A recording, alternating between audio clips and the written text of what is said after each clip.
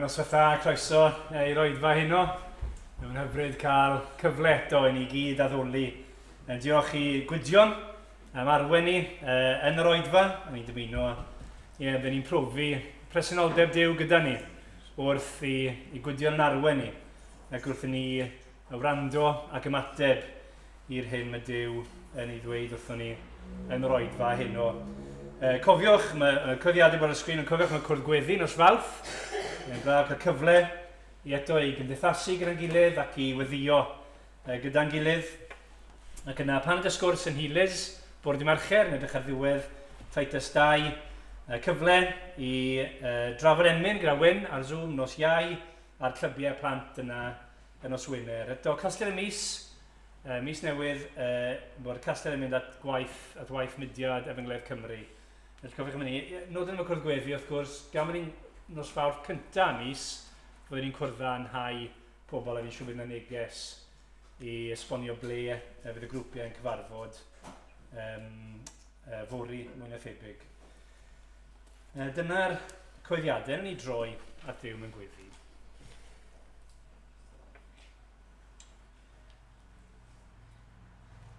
Arlywydd Dduw, ni yn diolch yn fawr ti am y cyfle eto sydd gyda ni nawr o ddod i addoli di.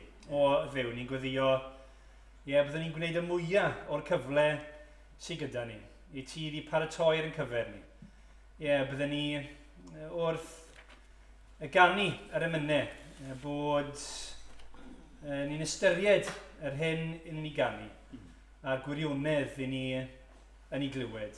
Wrth ni wrando ar dair ydy'n cael ei ddarllen, ni'n gweddio ti helpu ni i ganolbwyntio ac i gofio mai air di yw e.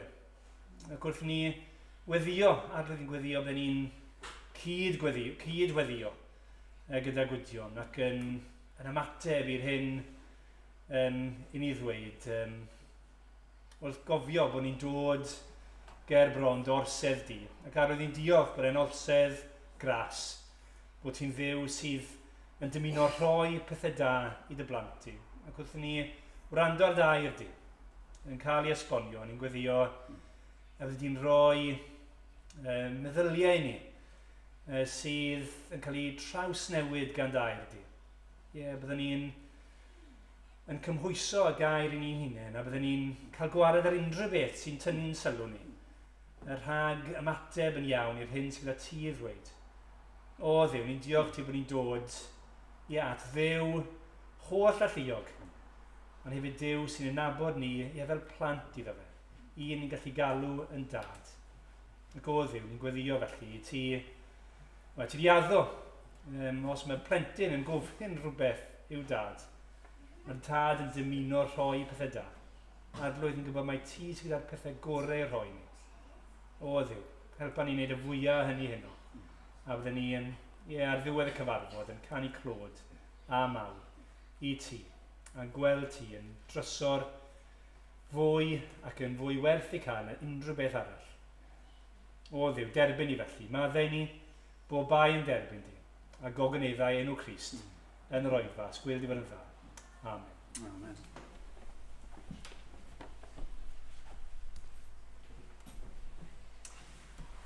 Wel, lle i ddechrau Oedfa, lle gwell ond i ganu mawl i Dduw. Grym mawl 1:5. Mae un waredwr, Iesu Grist fab Duw, werthfawr oen ei Duw Meseia, sanctaidd Dduw, diolch o dad nefol am anfon Crist i'r byd a gadw'r ysbryd. Hynny yw, ni'n diolch i Dduw am anfon yr arglwydd Iesu Grist. Ni'n diolch i Dduw am anfon yr ysbryd glân. Gadewch i ni, nath Rodri weddio y byddwn ni'n canu'n ystyrlon. Gadewch i ni i ystyried be ni'n canu ac i ddiolch i Dduw am yr arglwydd Iesu Grist. Oi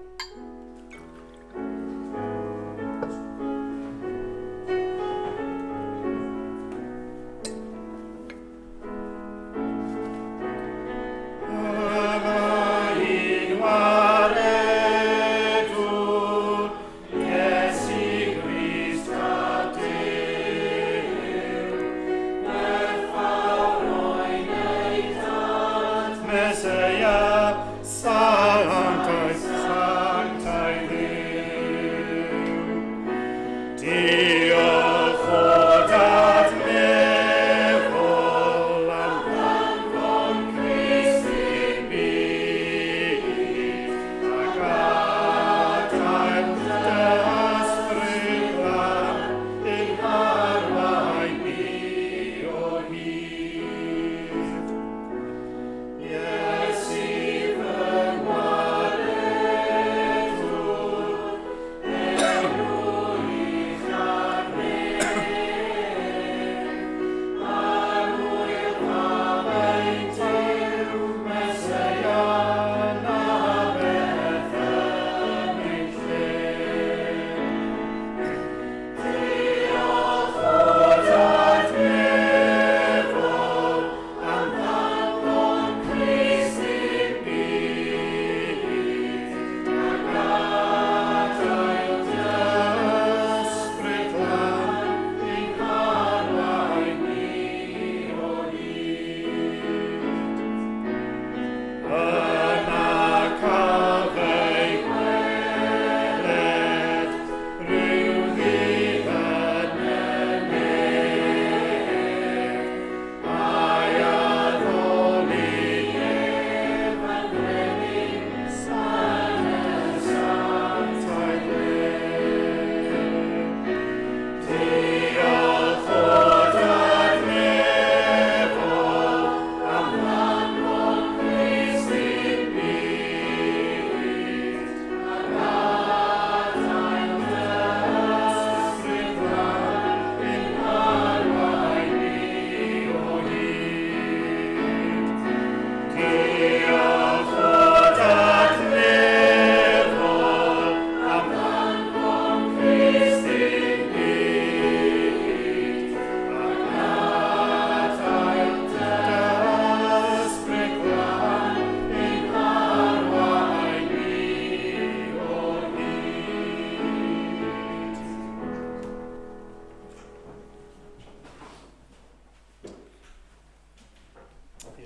Diolch yn dweud. Wel, gawch ni ddarllen efo'n gilydd o llythyr cyntaf Ioan. Llythyr cyntaf Ioan. A ni'n mynd i ddarllen o'r adnod gynta hyd ddiwedd y benod. Diwedd mae'n benod hir. Nawr, jyst i roi chydig o gefndir, mae'r eglwys yma yn bodoli, neu'r eglwysi yma yn bodoli ers rhyw 60 o flynyddoedd. Pwy yw'r awdur? Wel, dyw e ddim yn dweud, ond mae rhan fwyaf yn cytuno mai Ioan yw yr awdur, y disgybl annwyl, disgybl oedd o'r Crist yn ei garu. A mae'n anfon 3 llythyr, a dyma y cyntaf. A mae'n anfon y llythyr yma oherwydd mae yna heresi, mae yna gelwydd yn codi o fewn yr eglwys. Oedd yna rei yn dweud o doedd Iesu Grist ddim wirioneddol yn ddyn. Oedd rhai yn credu, wel, oedd e'n ddyn arferol, ond wedyn fe ddaeth Duw mewn i Iesu Grist yn ystod ei fedydd e. Ac yna nath y Duw dod adael Iesu Grist jyst iddo fe gael ei ladd. A dyn oedd rhai eraill yn credu, wel na, fi'n meddwl oedd e'n ddyn o gwbl, rhyw fath o ysbryd oedd e. Rhyw fath o ghost oedd e. A mae Ioan yn ymwybodol o y perygl yma. Oedd y bobl yn meddwl, cragen yw'r corff i rhywbeth llawer gwell, sef yr ysbryd goleuedig sydd tu fewn i ni. Ac mi oedd yna ganlyniadau i'r gred yna. Dyna y cefndir, a mae Ioan nawr yn ysgrifennu yng nghyd-destun y cefndir yna. Gydwch ni wrando felly ar air Duw. Yr hyn oedd o'r dechreuad, yr hyn yr ydym wedi ei glywed, yr hyn yr ydym wedi ei weld a'n llygaid, yr hyn yr edrych asom arno, ac a deimlodd ein dwylo ynglyn â gair y bywyd. Dyna'r hyn yr ydym yn ei gyhoeddi. Amlygwyd y bywyd hwn, ac yr ydym wedi gweld, ac yr ydym yn tystiolaethu ac yn cyhoeddi i chwi y bywyd tragwyddol a oedd gyda'r tad ac amlygwyd i ni. Yr hyn yr ydym wedi ei weld a'i glywed, yr ydym yn ei gyhoeddi i chwi hefyd, mwyn i chwythau gael cymundeb â ni, ac yn wir am ein cymundeb ni gyda'r tad, a chydau fab ef Iesu Grist. Ac yr ydym yn ysgrifennu hyn mwyn i'n llawenydd fod yn gyflawn. Hon yw'r genedwri yr ydym wedi ei chlywed ganddo, ac yr ydym yn ei chyhoeddi i chwi. Goleini yw Duw, ac nid oes ynddo ef ddim tywyllwch. Os dywedwn fod gennym gymundeb ag ef ar hodion y tywyllwch, yr ydym yn dweud celwydd, ac nid ydym yn gwneud y gwirionedd. Ond os rhodion yn y goleini, fel y mae ef yn y goleini, y mae gennym gymundeb a'n gilydd, ac y mae gwaed Iesu ei fab ef yn ein glanhau ni o bob pechod. Os dywedwn ni'n bod yn ddi-bechod, yr ydym yn ein twyllo'n hunain, ac nid yw'r gwirionedd yno. Os cyffeswn ein pechodau, y mae ef yn ffyddlon ac yn gyfiawn, ac felly fe fyddeia i ni ein pechodau, a'n glanhau o bob anghyfiawnder. Os dywedwn nad ydym wedi pechu, yr ydym yn ei wneud ef yn gelwyddog, ac nid yw ei air ef ynom ni. Wel, dyna air Duw. Mae'n gweddio bydd Duw yn cynorthwyo ni trwy'r ysbryd i ddeall y rhan yna o'r gair yn nes ymlaen. Wel, gyrwch chi ganu eto gyda'n gilydd o'r atodiad rhif 43. Pa fawredd yw'r gogoniant hwn ddewisodd ddod yn ddim, cyfnewid gwychder nef yn ef, am fyd mor dlawd a llwm. Daeth Duw yn un ohonom ni, tu hwnt i ddeall dyn, rhyfeddu mwy a wnaf bob tro y clywai'r hanes hwn.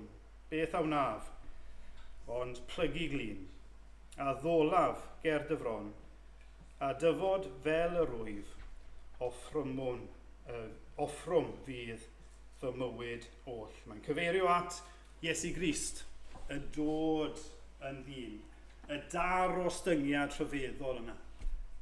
A mae'r mynydd yn gweud beth am naf, ond, wel, plygu glin.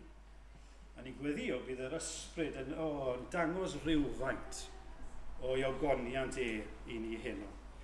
43. Cyfnewid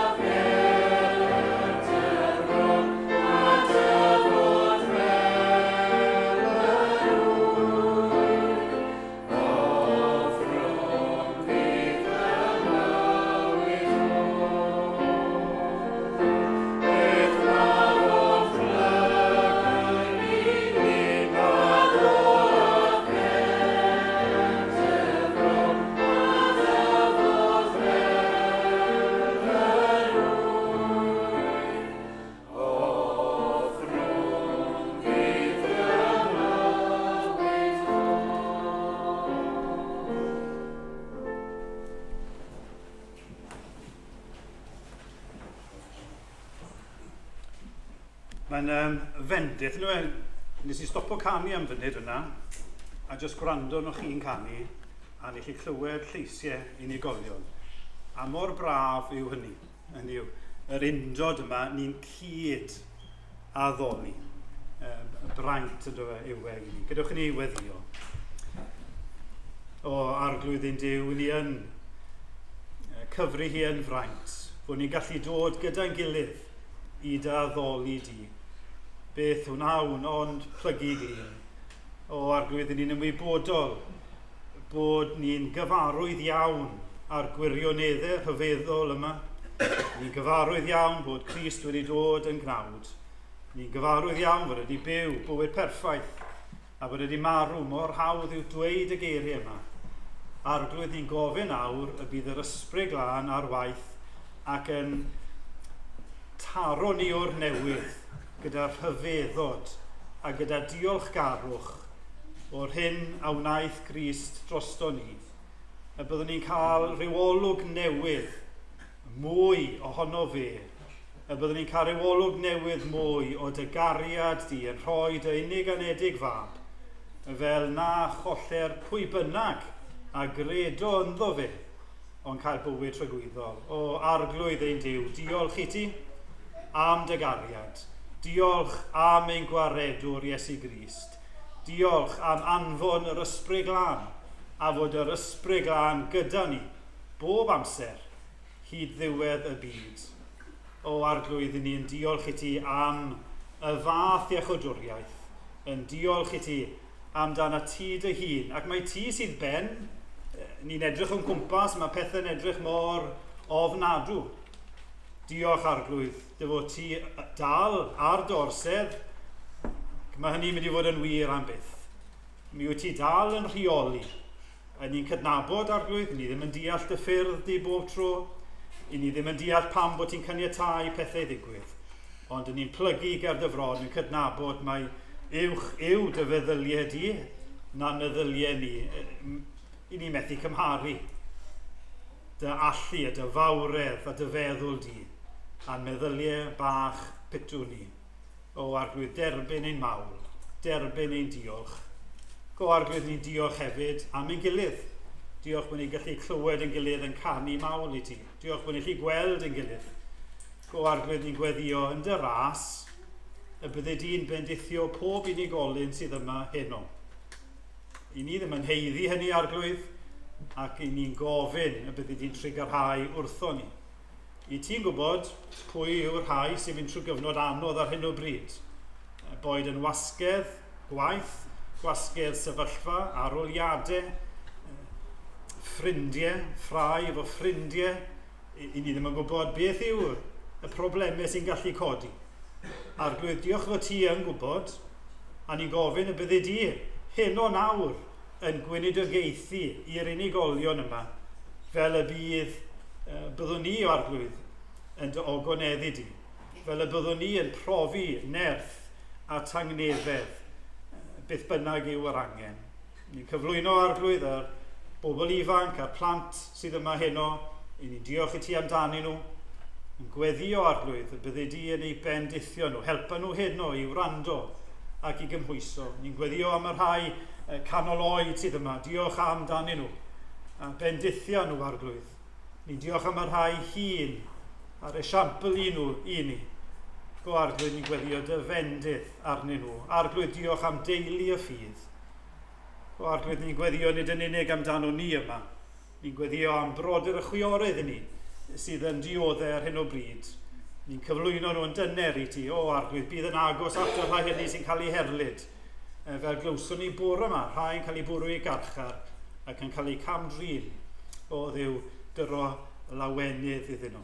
Dyro bod nhw yn canu mawl i ti hyd yn oed yn y storm. A boed i'r carcharorion sy'n gwarchod nhw. Bydden nhw yn gofyn beth sy'n rhaid i ni wneud. O arglwydd trigarha yn y sefyllfaoedd anodd yna. Bydd gyda ni wythnos yma, wrth ni feddwl am yr wythnos, ni'n gofyn i ti fynd o'n blaen ni, ni'n hapus i ddweud arglwydd, llwn ni ddim wneud dim byd yn iawn hebddo ti, arwain ni felly, cynnwrthwya ni yn ein gwendid arglwydd, ni'n gwybod yn iawn, mae llwch ydym ac yn ni'n gweddio ar y ti'n cynorthwyo ni yn ein gwendid i fyw dy ogoniant. Ac yn ni'n gweddio arglwydd hyn oed heno nawr.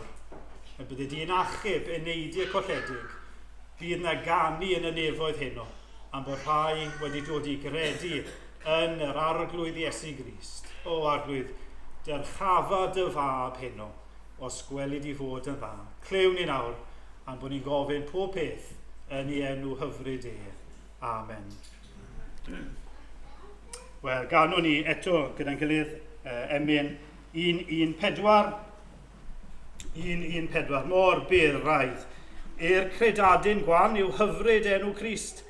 Mae'n lleisi ei boen, yn gwella ei glwy, yn lladd ei ofnau trist. Ac yn y blaen, mor byr raidd i'r credadyn gwan. 1:4.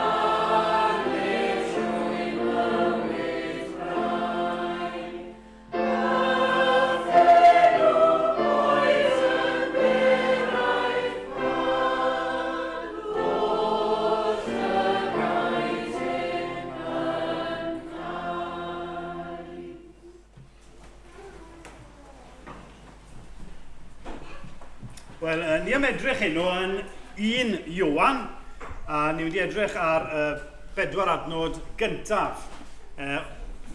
Mae werth darllen y llythyr, mae'n llythyr byr, llwch chi ddarllen o fewn 10 munud, dwi'n siŵr, cwarter awr. Dim ond chydig o benodau. Mae fel, dim yn bach, fel pregeth yn hytrach na llythyr. Mae'n ail adrodd mewn ffyrdd gwahanol ond dod at yr un pwyntiau. Nawr, fel o'n i'n gweud, mi oedd yna broblem yn yr eglwys, y bobl yma yn ame bod Crist wedi dod yn ddyn, neu bod ddim yn ddyn go iawn. A mae Ioan yn delio gyda'r isiw yna. Nawr, mae gen i 3 pwynt. Fi'n ofyn cael 4 pwynt. A rwy'n yn gweud, chi ddim fod cael 4, 3 pwynt. So, 3 pwynt i gen i. Pwynt cyntaf yw gofal, neu gwyliwch, neu watchwch. Fi eisiau chi ddychmygu noson rieni. Beth sy'n dod i'ch calon chi mynd yn bach yn gyflym. Noson rieni, chi rei o'r bobl ifanc, chi'n edrych ymlaen i'r noson rieni, dad a mam yn mynd o gwmpas ar athrawon i gyd, i glywed o ddifri siwr i chi yn wneud. Fi siŵr bod ni gyd yn cofio nôl i'r adeg hynny. Fel athro, fi'n cofio bod yn y neuadd chwaraeon, byrddau i gyd mas, a yr un fi'n meddwl amdano ar hyn o bryd yw noson rieni blwyddyn 9.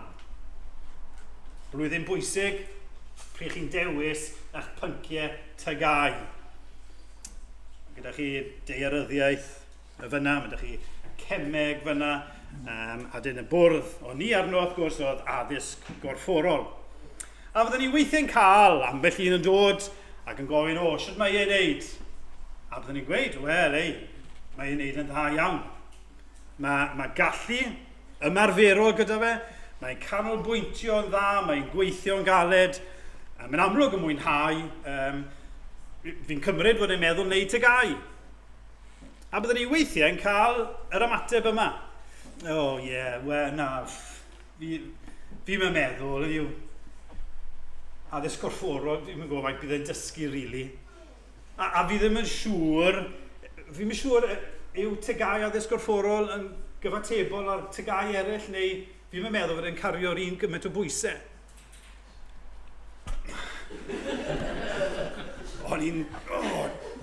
Reit, ie. O'n i'n mynd yn rwystredig. Ac o'n i'n mynd yn, ti'n bach yn grac. Achos mae hwnna'n gelwydd. Dyw e ddim yn wir, o rhywun wedi camarwain y dyn yna, ac o ganlyniad i'r celwydd yna, mae'n mynd i gael effaith ar ei blentyn e. Mae e'n mynd i amddifadu ei blentyn e o bwnc pwysig, sydd mynd i fod yn lles corfforol iddo fe, yn lles meddyliol, yn fwynhad i'r disgybl yna, ac mae'n mynd i gael tygau cyfatebol i bob tygau arall. Oedd e'n anghywir. Ac o'n i gorfod, tawelu fy hun. Wel, ar lefel llawer pwysicach, dyma sydd gyda ni fan hyn. Roedd yna rai yn dod mewn i'r eglwys ac yn dweud celwydd. Yn dod mewn i'r eglwys ac yn dweud celwydd am yr arglwydd Iesu Grist. Ac yn camarwain pobl. Ac yn amddifadu bobl, nid o les corfforol yn unig, ond o les tragwyddol. O wir fydd ac o wir lawenydd. A mae Ioan, fel o'n i, mae'n rwystredig. Mae'n grac ac yn iawn felly, achos mae'n gelwydd. Ac oedd Ioan a chonsyrn dros y Cristnogion yma, a'r bobl yma yn yr eglwysi, bod nhw'n cael eu camarwain i'r celwydd yma. Oedd e'n gweld beth oedd yn digwydd, oedd e'n gweld difrifoldeb am rybyddio y bobl. Ni'n cael yn yr ail benod yn Ioan, adnod 26. Ysgrifennais hyn atoch ynglyn â'r rhai sydd am eich arwain ar gyfeilior. Mae'r rhain eisiau arwain chi i anobaith. Mae Ioan trwy nerth yr ysbryd glân yn sylweddoli y perygl fan hyn. Ac o ganlyniad mae'n anfon y llythyr yma i rybyddio, i ddiogelu, i annog, i gywiro y bobl, fel bod nhw ddim yn cael eu twyllo, ac o ganlyniad i hynny colli eu llawenydd. Chi'n gweld yma un o brif dactegau y diafol. Mae'n dod â bobl mewn i eglwys ac yn dod â celwydd i'r eglwys. Celwydd at bobl y ddiw. Fe ddechreuodd y diafol ddefnyddio'r dactig yna o cychwyn cyntaf ddechreuadau'r eglwys. A mae'n dal yn defnyddio'r tactig yna heddiw. Mae yna gau broffwydi o'n cwmpas ni. Mae yna gau athrawon, mae yna gau bregethwyr sydd yn pregethu pethau sydd yn erbyn gau'r Duw. Nawr, bydd 90% yn aml iawn, bydd 90% o'r hyn maen nhw'n ei ddweud yn iawn, ac hyd yn oed yn dda. Ond yna'n dawel iawn, bydd yna rhyw 10% sydd yn erbyn gau'r Duw, sydd yn gelwydd. Ac yn aml maen nhw'n dod mewn i'r eglwys yn dawel. Mae Pedr yn ei ail lythyr, yn yr ail benod adnod gyntaf yn dweud hyn. Ymddangosod hefyd broffwydi gau ymhlith pobl Israel, blynyddoedd yn ôl. Ac yn yr un modd bydd athrawon gau yn eich plith chwythau. Rhai a fydd yn dwyn i mewn yn llechwraidd, yn slei, heresiau dinistriol, yn gwadu'r meistr a'i prynodd ac yn dwyn arnynt ei hunain ddistryw buan. A gwrandewch ar hyn. A bydd llawer yn dilyn ei harferion anllad anfoesol, a thrwyddynt hwy cael ffordd y gwirionedd enw drwg. A mae yna llawer i gyfeiriad arall, gallwn ni rhoi enghreifftiau i chi, yn dweud yr un peth, gwyliwch. Mae yna gau athrawon yn dod mewn. Ac felly, dyna pam y pwynt gwyliwch. Mae rhaid ni fod yn ofalus. Fel i unigolion, be ni'n clywed a be ni'n gwrando. Mae'n hawdd mynd ar y we dyddi yma a gwrando rhywbeth. A falle fod yn swnio'n dda, ond bod rhywbeth yn anghywir, felly mae rhaid ni fod yn ofalus. Yw hwn yn unol â gau'r Duw? Fel eglwys, mae rhaid ni fod yn ofalus. Mae cyfrifoldeb difrifol gyda ni fel henuried i warchod pregethu y gair. Bod dim celwydd yn dod i fewn i'r eglwys. Nawr, sut rai yw y gau athrawon yma? Sut rai, er mwyn i ni spoto nhw? Chi'n cofio'r llun arferol yna o Lleidr, mae'n gwisgo jumper stripe a mwgwd di, a mae'n cario bag. A chi, Lleidr. Wel, dim fel hynny mai. Mae'r rhain yn dod mewn i'r eglwys yn llechwraidd, yn slei. Dyn nhw ddim yn gwisgo'n wahanol. Yn aml iawn, maen nhw'n bobl poblogaidd. Maen nhw'n aml iawn yn bobl enillgar, egniol, bywiog, ac i bob ymddangosiad yn hynod o ostyngedig, yn ddeniadol, ac yn aml iawn gyda dawn cyfarthrebu. Pobl byddwn ni o ran y natur yn cynhesu atyn nhw. Ond mae rhaid ni fod yn ofalus. Mae rhaid ni wylio. A pan mae Ioan yn dweud yn y 4 benod, adnod cyntaf, gyfeillion annwyl, peidiwch â chredu pob ysbryd, ond profwch yr ysbrydion i gael gwybod a ydynt o Dduw. Oherwydd, mae gau broffwydi lawer wedi mynd allan i'r byd. Be mae Iesu Grist yn dweud? Y bregeth ar y mynydd, pennod 7 adnod 15, gochelwch, gwyliwch, rhag gau broffwydi, sy'n dod atoch yng ngwisg defaid, ond sydd o'i mewn yn fleiddiaid rheibus. Mae'n rybydd i ni.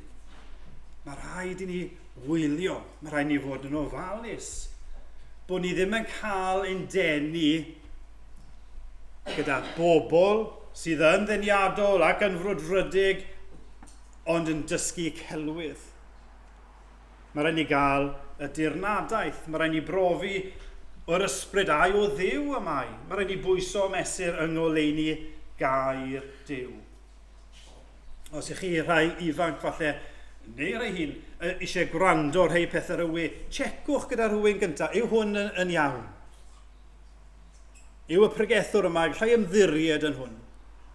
A hyd yn oed pan ni'n dod at bregethwr ni'n ymddiried, eto ni'n checo, yw hwn yn iawn?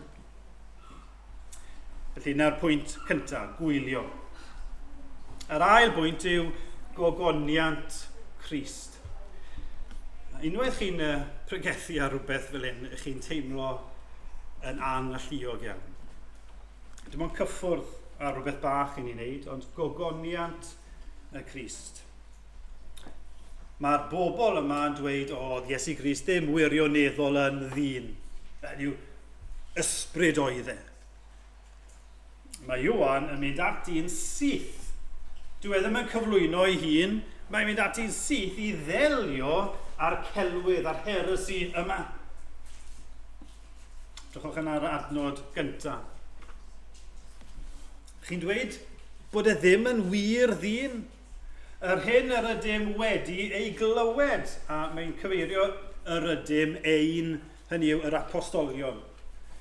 Yr hyn yr ydym wedi ei glywed, yr hyn yr ydym wedi ei weld a'n llygaid, yr hyn yr edrych asom arno, ac a deimlodd ein dwylo ynglŷn â gair y bywyd.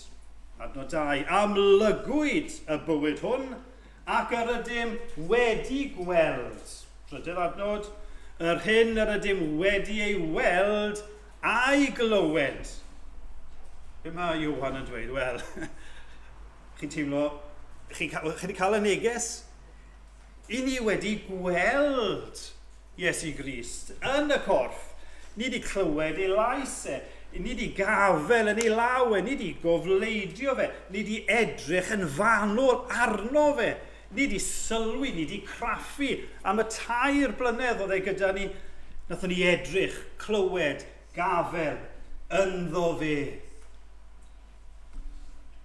Mae Ioan yn ei efengil yn dweud, a daeth y gair yn gnawd, a phreswylio yn ein plith, yn llawn gras y gwirionedd, gwelsom ei ogoniant ef. Mae'r ffaith bod Crist yn ddyn, wedi dod yn ddyn ac yn ddyn, yn hanfodol i'r efengil.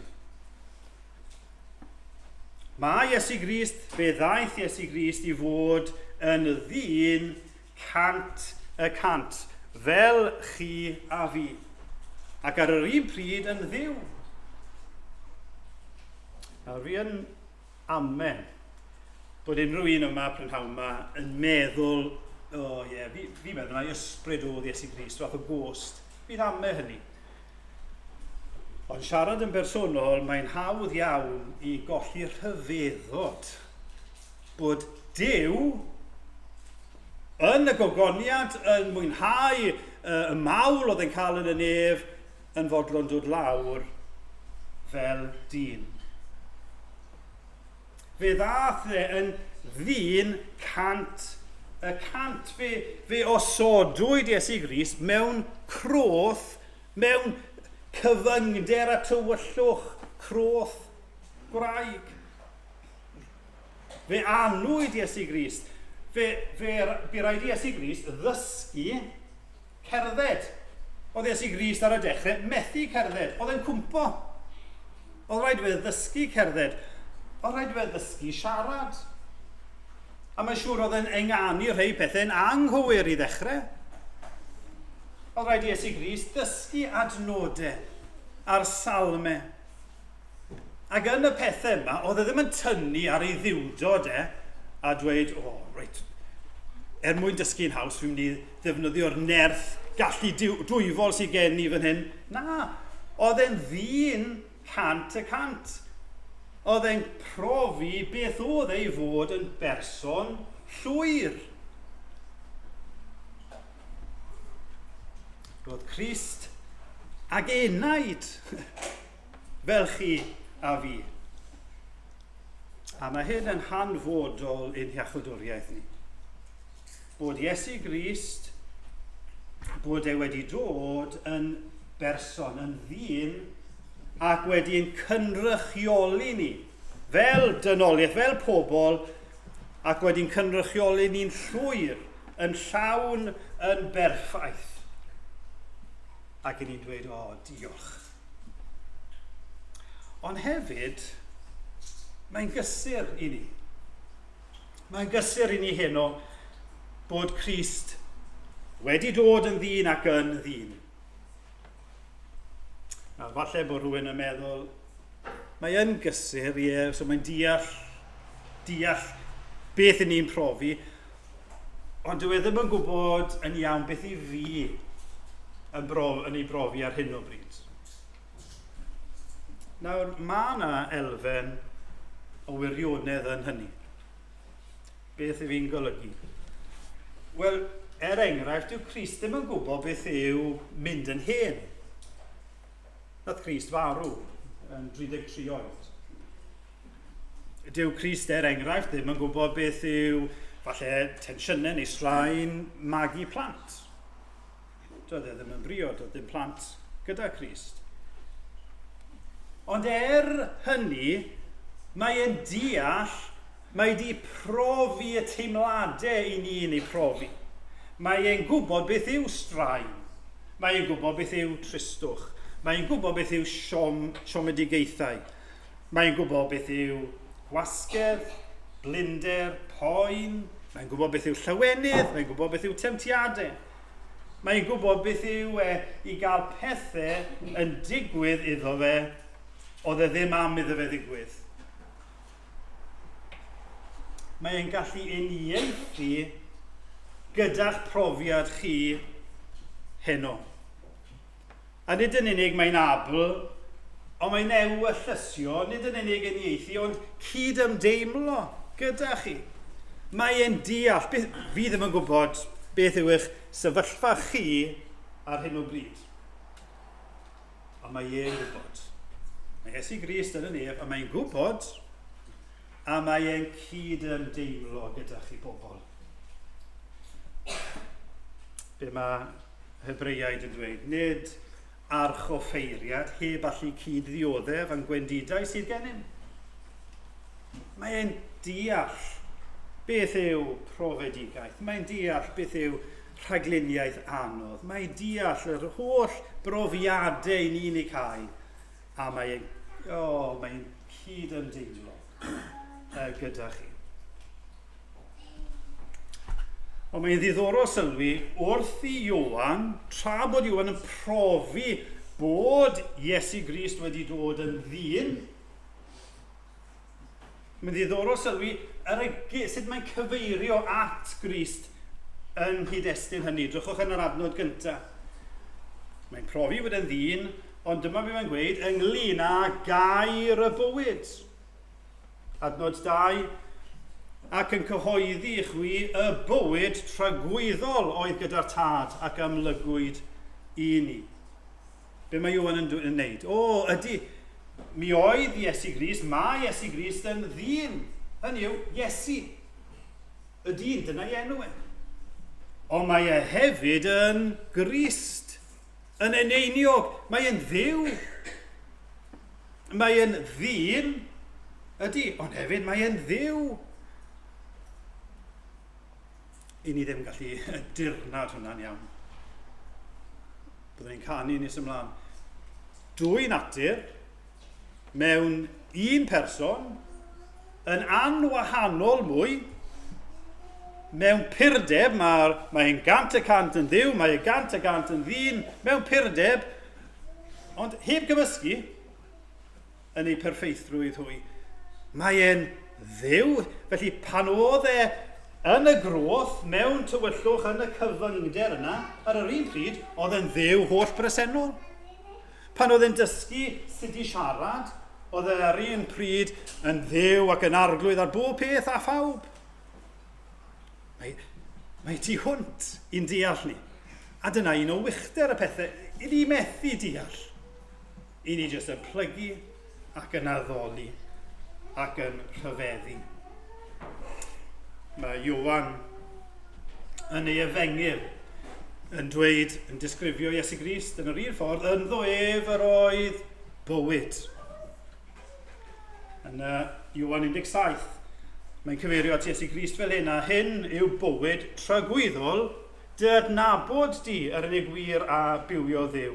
Ar hwnna'n fonais di Iesu, dyn Crist, y dyn Dduw.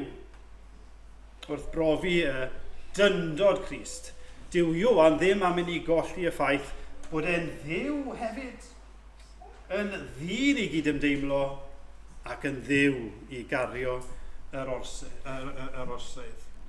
Hynny yw, y dyn dduw yma sydd ar gallu i roi bywyd, a rhoi bywyd trygwyddol. Chi'n gweld, doedd dim ffordd arall i achub pechaduriaid fel ni. Dyma yr unig ffordd oedd yn bosibl. Duw yn dod yn ddyn. Ac yn ei gariad, ac yn ei ddarostyngiad, yn cynrychioli ni, yn ein pechod. Fel bod ni yn cael bywyd. Bywyd trygwyddol. Dyma chi ogoniant Crist. Fi'n awchu i weld mwy ohono fe. I fi ymdreiddio'n ddyfnach ac i fi ryfeddu yn fwy. Mor fawr, mor ogoneddus yw yr arglwydd Iesu Grist. Gai ofyn beth yw eich ymateb chi heno i Iesu Grist, yr un mawr gogoneddus yma. Ydych chi'n dweud, diolch o dad nefol am anfon Crist i'r byd. Diolch i ti yr arglwydd Iesu Grist. Ar i fi dygaru di'n fwy. Just rhywbeth side note bach fan hyn. Os rhywbeth yn ein dyddiau ni, mae yna fwy o berygl falle i orbwysleisio dyndod Crist ar drail ei ddiwdod e. Falle bod ni'n gorbwysleisio yr Iesu ac yn anghofio yr Iesu Grist. Mae e'n ddyn, ydy, mae e hefyd yn dduw, yn arglwydd. Mor bwysig i cadw'r cydbwysedd yna, felly gogoniant Crist. Ac yn ola, gwarchod y berthynas. Felly gwylio, gogoniant Crist ac yn ola, gwarchod y berthynas. Mae Ioan yn ymwybodol o'r perygl fan hyn, ac mae e am i'r bobl sylweddoli, ac felly mae e am i'r bobl gael eu cywiro. Ac mae am i'r bobl brofi llawnder a llawenydd y berthynas yma rhyngddo nhw a Duw ac a Iesu Grist. Pan i chi'n meddwl nôl yn gardd Eden, be ddigwyddodd yn gardd Eden? Wel, fe ddath y diafol, y twyllwr. A be nath y diafol dod â celwydd. Ac o ganlyniad i addag idda gredu y celwydd yna, mae'n colli llawenydd y gymdeithas yna oedd gyda rhyngddyn nhw a dim. Beth oedd y perygl fan hyn wrth i yr celwydd ma ddod i'r eglwys ac i'r bobl ddilyn rhain? Y perygl oedd o'n nhw'n mynd i golli llawenydd y gymdeithas, y berthynas yma rhyngddyn nhw a Duw. Drwchwch ar y drydydd adnod. Yr hyn yr ydym wedi ei weld a'i glywed, yr ydym yn ei gyhoeddi chwi hefyd, mwyn i chwithau gael cymundeb â ni fel apostolion, ac yn wir mae'n cymundeb ni gyda'r tad a chydau fab ef Iesu Grist. Ac yr ydym ni'n ysgrifennu hyn mwyn ein llawenydd fod yn gyflawn. Yn llawenydd ni fel apostolion a llawenydd chi. Mae Ioan fan hyn, fydd gyfeillion annwyl mae'n dweud. Fi ddim am i chi golli cymundeb, llawenydd y cymundeb yna rhyngddo chi ar arglwydd. Mae'r hyn y gollwyd gan yr adda cyntaf oherwydd credu y celwydd, wedi ei adennill, wedi ennill yn ôl gan yr ail adda, neu'r adda ola. Does dim adda arall yn mynd i fod. Mae wedi ennill yn ôl. Mae'r berthynas yr oedd adda gefan i fwynhau cyn y cwymp. Mae hwnna ar gael i ni nawr. Y gwir berthynas a'r llawenydd y perthynas yna rhwngddo ni a Duw ei hun. A trwy nerth yr ysbryd, mae modd i ni ddatblygu y berthynas yna. Mae berthynas bob amser yn wneud efo mwy nag un person. A mae perthynas hefyd, mae potensial i gynyddu, i ddyfnhau y berthynas. Ond i gynyddu ac i ddyfnhau y berthynas, mae rhaid i chi roi amser i'r person.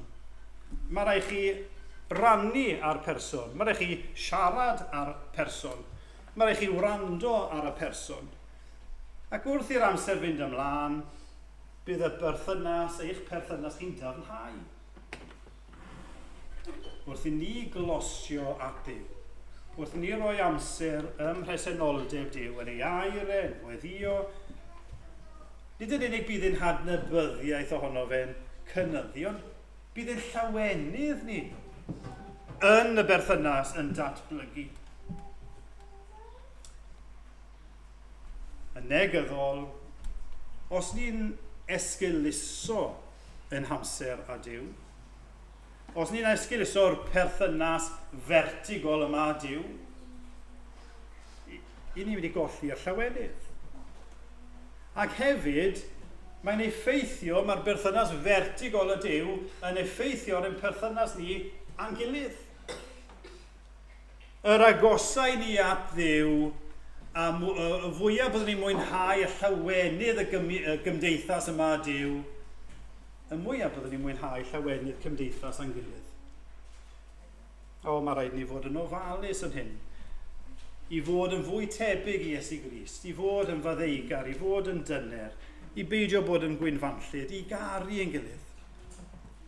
Ac felly, ni eisiau gwarchod y berthynas yma, y llawenydd y perthynas yma rhyngo ni a Duw. Fel y byddwn ni, fel mae Ioan yn dweud, yn profi llawder y llawenydd. Felly, mae Ioan yn dechrau'r llythyr yma, a mae'n rhybyddio. Gwyliwch. Mi fydd yna, mae yna gau athrawon. Felly, gwyliwch. Mae angen dirnadaeth. Gadewch ni weddio am y dirnadaeth ac i fod yn wyliadwrus. Gadewch ni weddio hefyd y byddwn ni'n gweld mwy o ogoniad yr arglwydd Iesu Grist. Ac yn ola byddwn ni'n gwarchod ein perthynas ni a Duw. Y berthynas rhyfeddol yma rhyngddo ni a Duw. Ac y byddwn ni yn profi llawenydd y perthynas. Gael jyst orffen efo hyn. I'r rhai ohonoch chi sydd eto heb gredu. Chi'n gwybod, mae'r diafol yn mynd i daflu bob math o gelwyddau ato chi. Byddai'n dweud, peidiwch credu, aroswch tan byddwch chi'n hun, mae da chi'ch bywyd o'ch blaen, joiwch e. Bydd dod yn Gristion yn cyfyngu chi. Mae'n mynd i daflu bob math o gelwyddau ato chi. A mae Duw y gwir yn dweud, deiwch. Deiwch ata fi, heddiw yw dydd iachawdwriaeth. Peidiwch a gadlu'r diafol, eich twyllo chi. Dewch i lawenydd yr efengyn. Wel, fe orffennwn ni trwy ganu emyn 169 gyda'n gilydd. A'n Griffith fan hyn, am gael ffydd i edrych gyda'r angylion ffri i drefn yr iachawdwriaeth, dirgelwch yn ddisydd. Dwy natur mewn un person yn anwahanol mwy. Mewn purdeb, heb gymysgu, yn ei